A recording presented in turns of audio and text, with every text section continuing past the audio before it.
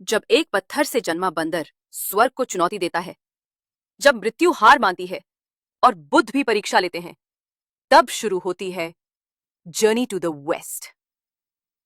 पत्थर से जन्मा बंदर बहुत बहुत समय पहले की बात है, जब स्वर्ग और पृथ्वी का जन्म नया नया हुआ था। ब्रह्मांड अब भी आकार ले रहा था। चारों दिशाओं में बस रहस्यमयी धुंध थी।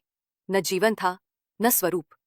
पर धीरे धीरे 5 तत्व पृथ्वी, जल, अग्नि, वायु और आकाश अपने स्थान ग्रहण करने लगे और सृष्टि आकार लेने लगी।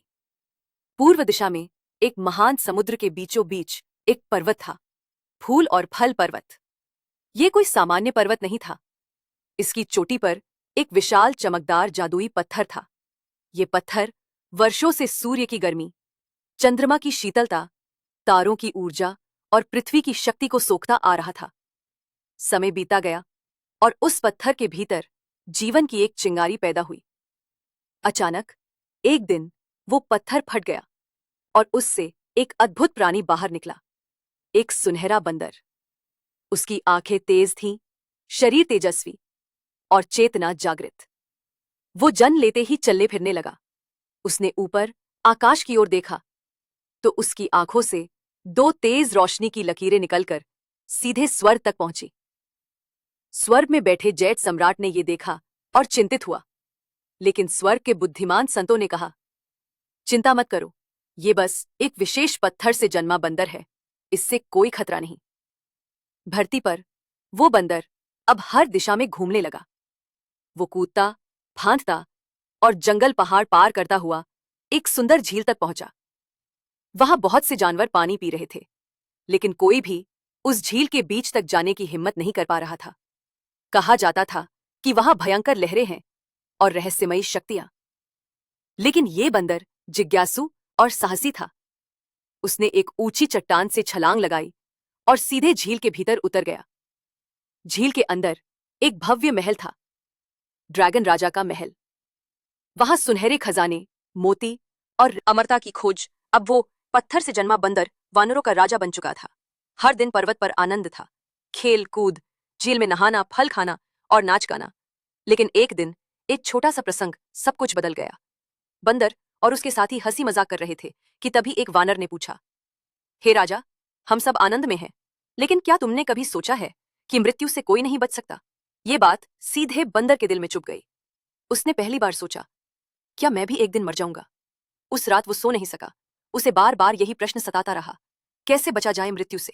सुबह होते ही उसने सभा बुलाई और सब वानरों से कहा, मैं इस जंगल, इस पर्वत और इस जीवन से प्रेम करता हूं, लेकिन अगर मृत्यु निश्चित है तो मुझे उसे हराने का मार्ग खोजना होगा। मैं अमरता की तलाश में निकल रहा हूं। जब तक मैं उस रहस्य को नहीं खोज लेता, मैं लौटूंगा नहीं। सभी वानर भावुक होकर उसे विदा करते हैं। यात्रा की शुरुआत, बंदर अपना रूप बदलकर एक लकड़हारे जैसा दिखने लगा। वो नावों में, जंगलों में और नगरों में भटकने लगा। किसी से पूछता, क्या तुम ऐसे किसी व्यक्ति को जानते हो जो अमरता की विद्या जानता हो? लेकिन कोई उसे संतुष्ट न कर सका। वो वर्ष दर वर्ष भटकता रहा। पहाड़, नदियां, नगर, तीर्थ, हर स्थान पर गया। समय बीतता गया और एक दिन वो पहुंचा एक रहस्यमयी पर्वत पर, ध्यान की चोटी, माउंटेन ऑफ स्पिरिचुअल प्रैक्टिस। वहां एक गुफा थी, शांत, गूढ़ और दिव्य ऊर्जा से भरी हुई। एक दिव्य गुरु का मिलना। उस गुफा में रहते हैं एक महान ऋषि, बोधि गुरु, सुबोधि। वो सच्चे साधकों को शिक्षा देते थे, लेकिन सबको नहीं स्वीकारते थे। बंदर ने वहां प्रणाम किया और कहा, गुरुवर, मैं अमरता चाहता हूं। मैं सीखना चाहता हूं कि मृत्यु पर कैसे विजय पाई जाए। गुरु मुस्कुराए। उन्होंने उसकी तेज बुद्धि और ऊर्जा को पहचाना। तुम पत्थर से उत्पन्न हुए हो, उन्होंने कहा।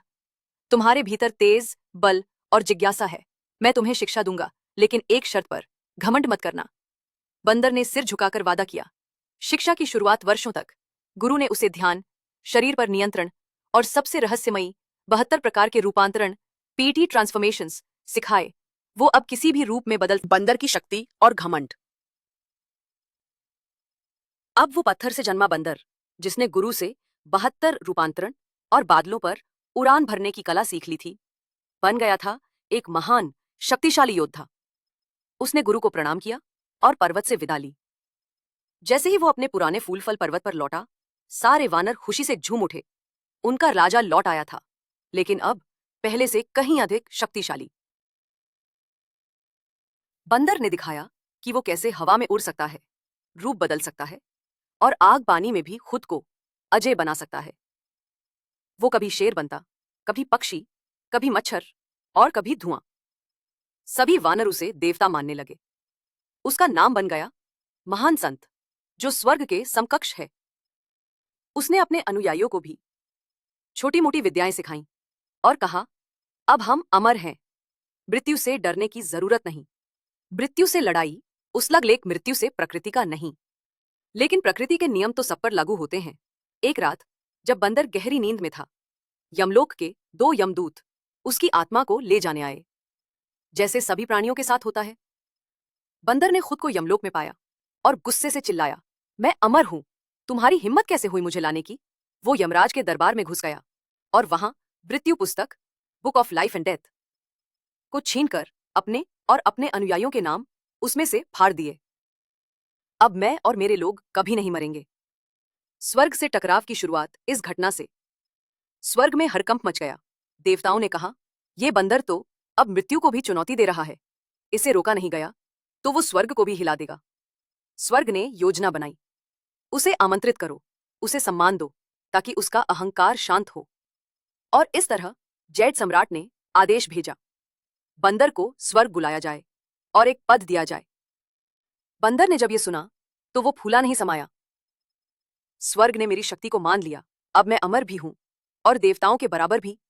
स्वर्ग में प्रवेश, स्वर्ग का आमंत्रण पाकर बंदर को लगा जैसे उसकी जीत पूरी हो गई हो। अब बुद्ध का हस्तक्षेप, स्वर्ग अब थक चुका था। बंदर को बल से हराना असंभव लग रहा था। वो हर रूप में विजयी होता, हर युद्ध में अपराजित।